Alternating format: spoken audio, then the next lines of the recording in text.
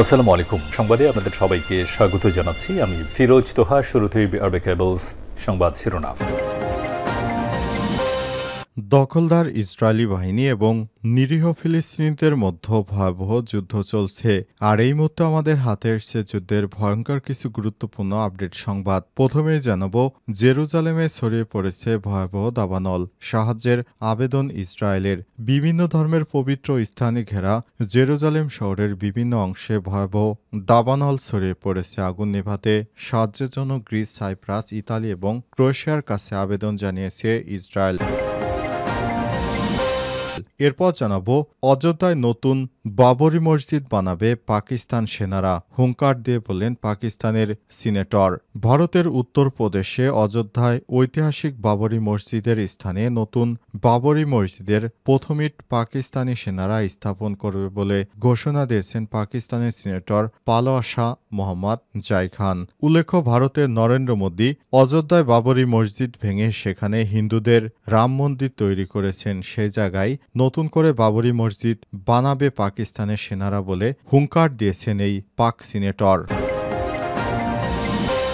এদিকে দ্রুজ উত্তেজনার মধ্যেই দামেস্কে ইসরায়েলি হামলা, নিহত 16। সিরিয়ার রাজধানী দামেস্কের উপকণ্ঠে বিমান হামলা চালিয়েছে দখলদার ইসরায়েলি বাহিনী। আজ ভোরে এই হামলায় কমপক্ষে 16 জন নিহত হয়েছে। ইসরায়েলের দাবি, তারা এমন একটি চরমপন্থী গোষ্ঠীকে লক্ষ্য করে হামলা চালিয়েছে যারা দ্রুজ সম্প্রদায়ের উপর হামলার প্রস্তুতি নিচ্ছিল। উল্লেখ্য, দ্রুজ হচ্ছে মুসলমানদের একটি শাখা যারা শিয়া আদর্শ লালন করে থাকে। এবারে জানাবো, স্কুল শিক্ষার্থীদেরও যুদ্ধকালীন প্রশিক্ষণ দেওয়া শুরু করল ভারত। পেহেলগামে বন্দুকধারীদের হামলার পর পাকিস্তানের সঙ্গে বড় ধরনের সংঘাতের আশঙ্কা তৈরি হয়েছে ভারতের। এমন পরিস্থিতিতে জম্মু ও কাশ্মীর সীমান্ত লাগোয়া এলাকার স্কুলগুলোতেও ভারত যুদ্ধকালীন নিরাপত্তার বিষয়ে প্রশিক্ষণ শুরু করেছে। এবং সর্বশেষ জানাবো, আমরা মুসলিম এবং হিন্দু একই বৃন্তে দুটি ফুলের মতো, বললেন মির্জা ফখরুল।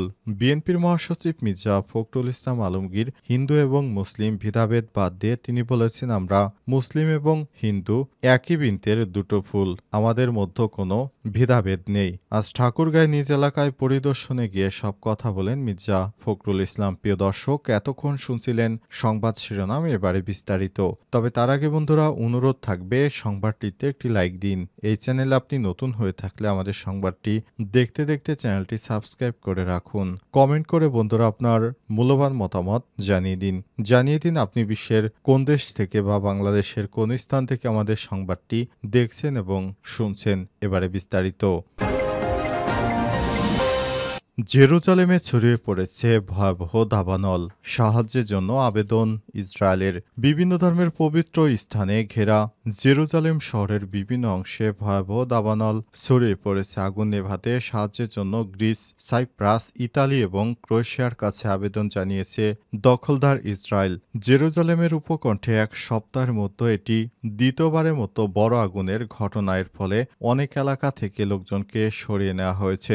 স্থানীয় সংবাদ মাধ্যমগুলো তথ্য অনুসারে আজ শহরের নেভে শালম, বেকোয়া, তাওস, মেভো, হোরন, সিম্মার, আয়ালন এবং নাসশন এলাকায় খালি করা হয়েছে। হাইওয়েতে বহু যানবাহন আটকে পড়েছে। চালকরা তাদের গাড়ি ছেড়ে পালিয়ে পায়ে হেঁটে যেতে বাধ্য হয়েছে। ধোঁয়ায় শ্বাসকষ্টের জন্য এ পর্যন্ত 8 জনকে হাসপাতালে ভর্তি করা হয়েছে। পুলিশ এক বিবৃতিতে জানিয়েছে, উচ্চ তাপমাত্রা ও তীব্র বাতাসের কারণে বনাঞ্চলে আগুন দ্রুত ছড়িয়ে পড়ছে। 5টি এলাকা থেকে লোকজনকে ইতিমধ্যেই সরিয়ে নেওয়া হয়েছে। অগ্নি নির্বাপন প্রচেষ্টা ইসরায়েলকে সহায়তার প্রস্তাব ফিলিস্তিনি কর্তৃপক্ষের একটি নিরাপত্তা সূত্র টাইমস অব ইসরায়েলকে জানিয়েছে, জেরুজালেম এলাকায় আগুন নেভাতে সাহায্য করার জন্য ফিলিস্তিন কর্তৃপক্ষ অগ্নি নির্বাপন দল পাঠানোর প্রস্তাব দিয়েছে। ইসরায়েল এখনও সেই প্রস্তাবে সাড়া দেয়নি। অতীতে ফিলিস্তিনি কর্তৃপক্ষের অগ্নি নির্বাপন দলগুলো ইসরায়েলে বড় আকারে আগুন নেভাতে সহায়তা করেছে। বেনিয়াম নেতানিয়াহুর কার্যালয় জানিয়েছে, তারা জেরুজালেমের পশ্চিমে অগ্নি নির্বাপন প্রচেষ্টা আপডেট পাচ্ছে এবং মূল্যায়ন করেছে। নেতানিয়াহু জাতীয় নিরাপত্তা মন্ত্রী ইতামার বেন গভীর এবং অগ্নি নির্বাপন ও নিরাপত্তা কর্মকর্তাদের সঙ্গে নিয়মিত কথা বলছেন। খবর ইত্তেফাক এসকের। ভারতের অযোধ্যায় নতুন বাবরি মসজিদ বানাবে পাকিস্তান সেনারা। ভারতের উত্তরপ্রদেশের অযোধ্যায় ঐতিহাসিক বাবরি মসজিদের স্থানে নতুন বাবরি মসজিদের প্রথম ইট পাকিস্তানি সেনারা স্থাপন করবে বলে ঘোষণা দিয়েছে পাকিস্তানের সিনেটর পালোয়াশা মোহাম্মদ জাই খান। জম্মু কাশ্মীরের পহেলগাঁওয়ে বন্দুকধারীদের হামলাকে কেন্দ্র করে দুই দেশের চলমান উত্তেজনার মাঝে পাকিস্তানের সংসদের উচ্চকক্ষ সিনেটে পালোয়াশার এই বক্তব্যের একটি ভিডিও সামাজিক যোগাযোগ মাধ্যমে ভাইরাল হয়েছে। আজ পাকিস্তানের এই সিনেটর বলেছেন, অযোধ্যায় নতুন বাবরি মসজিদের প্রথম ইট বসাবেন পাকিস্তান সেনাবাহিনীর সেনারা এবং প্রথম আজান দেবেন সেনাপ্রধান অসীম মুনির নিজেই। তিনি বলেছেন, আমরা চুরি পরে বসে নেই। পালোয়াশা আরও বলেছেন, ভারতের সঙ্গে যুদ্ধ শুরু হলে শিখ সেনারা পাকিস্তানে হামলা করবেন না। তিনি বলেছেন, ভারতীয়রা পাকিস্তানকে হুমকি দেয়, আমাদের জেনে রাখা উচিত যে শিখ সেনারা পাকিস্তানে হামলা করবে না, কারণ এই পাকিস্তান তাদের গুরু নানকের ভূমি। ভারতীয় সংবাদ মাধ্যম ইন্ডিয়া টুডের প্রতিবেদনে আরও বলা হয়েছে, পাকিস্তানি নেতাদের ভারতের বিরুদ্ধে এটাই প্রথম কোনো উস্কানিমূলক মন্তব্য নয়। সম্প্রতি ভারতের ক্ষমতাসীন বিজেপি সরকার পাকিস্তানের সঙ্গে সিন্ধুর পানিবণ্টন চুক্তি স্থগিত করার পর পাকিস্তান পিপলস পার্টি পিপিপির চেয়ারম্যান বিলাল ভুট্টো জারদারও একই ধরনের উস্কানিমূলক মন্তব্য করেছে বলে অভিযোগ করেছে ভারত। এক জনসভায় বক্তৃতা দিতে গিয়ে পাকিস্তানের সাবেক পররাষ্ট্রমন্ত্রী বিলাল ভুট্টো ভারতকে সিন্ধুর পানি সরিয়ে নেওয়া থেকে বিরত থাকার হুঁশিয়ারি দিয়েছেন। পাকিস্তানি সিন্ধুর সভ্যতার প্রকৃত অভিভাবক। এ সময় তিনি ভারতের বিরুদ্ধে একতরফাভাবে সিন্ধুর চুক্তি বাতিলের অভিযোগ করেছেন। বিলাল ভুট্টো কঠোর হুঁশিয়ারি দিয়ে বলেছেন, সিন্ধু আমাদের এবং আমাদেরই থাকবে, না হয় আমরা পানি আনব, না হয় ভারতের রক্তের গঙ্গা বয়ে দেব।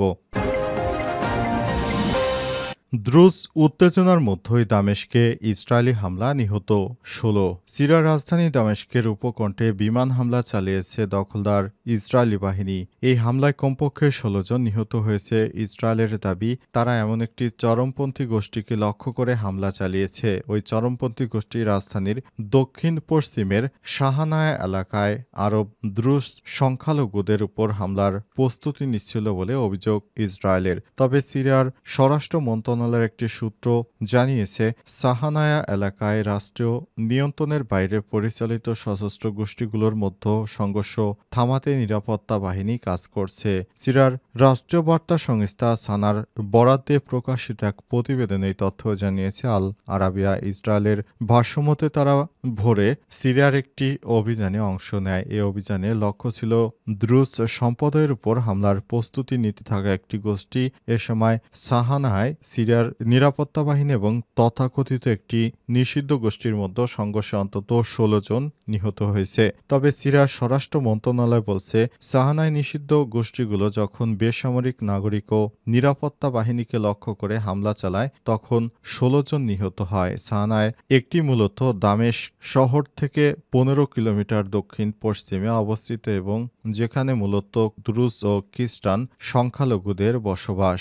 উল্লেখ্য, দ্রুজদের মূল আবাসভূমি মূলত সিরিয়া, লেবানন, ইসরায়েল ও জর্ডানে। দ্রুজ ধর্মকে আলাদা ধর্ম হিসেবে স্বীকৃতি দেওয়া হয় না, কারণ এই ধর্মের মূল ভিত্তি মূলত ইসলাম। দ্রুজ ধর্ম মূলত শিয়া মুসলমানদের একটি শাখা। এদিকে সিরিয়ার স্বরাষ্ট্র মন্ত্রণালয়ের একটি সূত্র রয়টার্সকে জানিয়েছে, ইসরায়েলি হামলায় সিরিয়ায় নতুন নিরাপত্তা বাহিনীর একজন সদস্য নিহত হয়েছে। তবে ইসরায়েলের দাবি, তারা সাহানায় দ্রুজ জনগোষ্ঠীর উপর হামলার প্রস্তুতি নিতে থাকা একটি চরমপন্থী গোষ্ঠীকে লক্ষ্য করেই হামলা চালিয়েছে।